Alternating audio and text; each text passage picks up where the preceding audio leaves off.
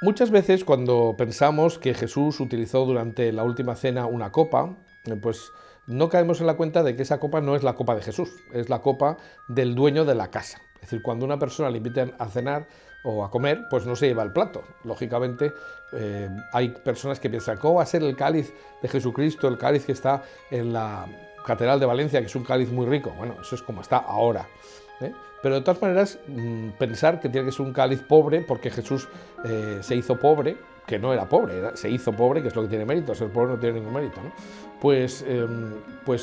Insisto, no era su copa, era la copa del dueño de la casa en el que se celebró la Pascua. Hay que tener en cuenta que lo que dice Jesús es que van a celebrar la Pascua. Jesús toma los elementos de una Pascua judía para instituir la Eucaristía. Es decir, tienen que estar los elementos en la cena que sean los propios de un Seder de Pesá. Seder de Pesá significa el procedimiento de Pascua, es decir, el rito de Pascua. Y hay que tener claro que pues esto es un rito establecido de forma obligatoria en el Antiguo Testamento. Es decir, Dios mismo les dice al pueblo de Israel que tienen que celebrar la Pascua, el día de los ácimos.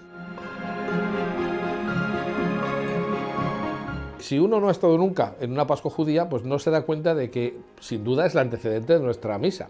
Es decir, hay una serie de elementos que los podemos reconocer todavía. En la Pascua judía, por ejemplo, primero hay una serie de oraciones, después está la cena propiamente dicha y luego unas oraciones conclusivas. En las oraciones iniciales hay un momento en el que se bendice el pan y se guarda un trozo para el final, para después de la cena.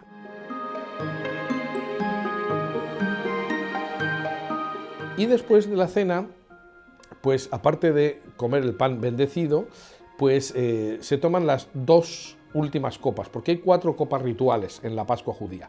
Hay 2 que son anteriores a la cena, después lo que se bebe durante la cena, pero luego hay otras 2 copas rituales posteriores. Eso es más importante de lo que parece, porque Jesús no hace exactamente lo que está prescrito, y eso es muy llamativo. Jesús no solamente bendice el pan y bendice las copas de vino, sino que consagra el pan y consagra la tercera copa, que es la primera después de la cena. Por eso nosotros tenemos la referencia del mismo modo, acabada la cena, se dice en misa, ¿no? Acabada la cena, es decir, dice, tomó el cáliz. Insisto, eso quiere decir el cáliz de bendición o cáliz de redención, que es la tercera copa. También hay que tener en cuenta que los cristianos hemos asumido en la Eucaristía pues la fórmula por la que se bendecía el vino, que en realidad no era una bendición de la comida, era una bendición a Dios por la comida, que es una cosa distinta. Pero insisto que Jesús no solamente bendice, sino que dice esto es mi cuerpo, y en el caso del cáliz dice esta es mi sangre, algo que ningún judío haría, porque eso es es saltarse completamente la prescripción, y precisamente cuando se trata de un rito perfectamente determinado por Dios, pues no se puede uno hacer grandes modificaciones. También hay que tener en cuenta que la misa no es una cosa que se invente en el siglo IV, mucho tiempo después de que ocurran los acontecimientos, sino que los cristianos tienen claro que están haciendo algo especial que Jesús ha añadido. Entonces, ¿qué es lo que hace Jesús? Bueno, pues hay una cosa muy sorprendente, es que Él se identifica con el Cordero, en el momento en que ofrece su cuerpo para ser comido. Pero sobre todo también, y lo que nos interesa es la parte de la bendición de la copa, puesto que estamos hablando del Santo Cáliz, pues lo que hace Jesús es decir unas frases que por haberlas oído tantas veces no le damos la importancia que tienen. Jesús dice, bebed todos de él porque este es el cáliz de la nueva alianza en mi sangre que será derramada para el perdón de los pecados. Esto nos parece muy normal, pero lo que está diciendo es algo absolutamente revolucionario. Lo que dice es el cáliz de la nueva alianza. Yo, que soy profesor de Derecho y además me dedico a contratos habitualmente, tengo muy claro una cosa, y es que cuando uno tiene un pacto, es decir, un contrato, para modificarlo necesita a los mismos elementos que ha hecho el primer contrato. Es decir, esto, lo que podemos decir, hacer una innovación de un contrato exige que intervengan los que hicieron la primera alianza. En ese caso, si la alianza anterior fue la alianza que hizo Dios con Abraham, y en sus descendientes, pues lo que estamos viendo es que Jesús se proclama Dios. Y me hace mucha gracia porque la gente no es consciente de esto. Muchas veces, yo he oído alguna vez, ¿y dónde dice Jesús que sea Dios? Pues entre otras cosas, en la última cena. O sea, Él es capaz de modificar una alianza que ha hecho Dios. Bueno, o Jesús estaba como un cencerro o decía verdad, porque si no, no se explica. Y es una nueva alianza que no es en la sangre, es decir, los descendientes de Abraham, sino que es una alianza en aquellos que participan de la sangre de Jesús, aquellos que han sido redimidos por su sangre. Eso es absolutamente esencial, ¿eh? Y se pasa desapercibido muchísimo.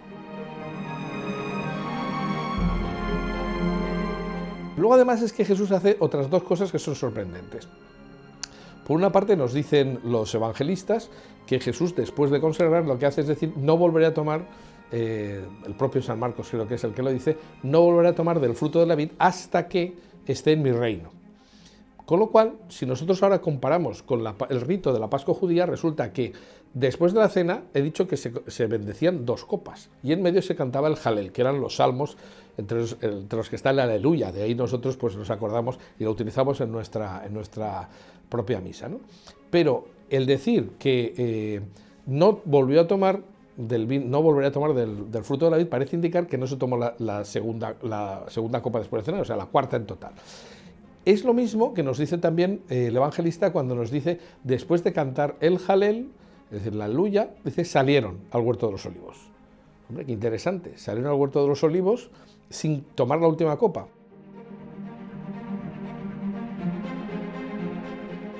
Y ahora nos vamos al significado que tiene esa cuarta copa. La cuarta copa es la copa que se llama de la consumación, es decir, es aquella en la que se habla de la consumación de la promesa que se ha hecho en la tercera. Jesús ha cambiado la promesa, es decir, ha dicho que lo que promete es que va a derramar su sangre para el perdón de los pecados. Y eso es muy interesante porque faltaba consumarlo.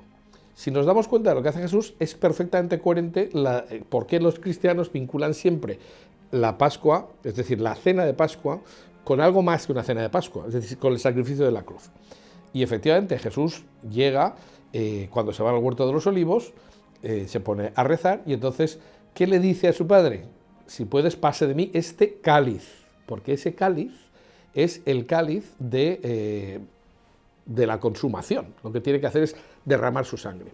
Y en el momento en que Jesús acepta, entonces cuando se empieza a producir ese sacrificio para el perdón de los pecados.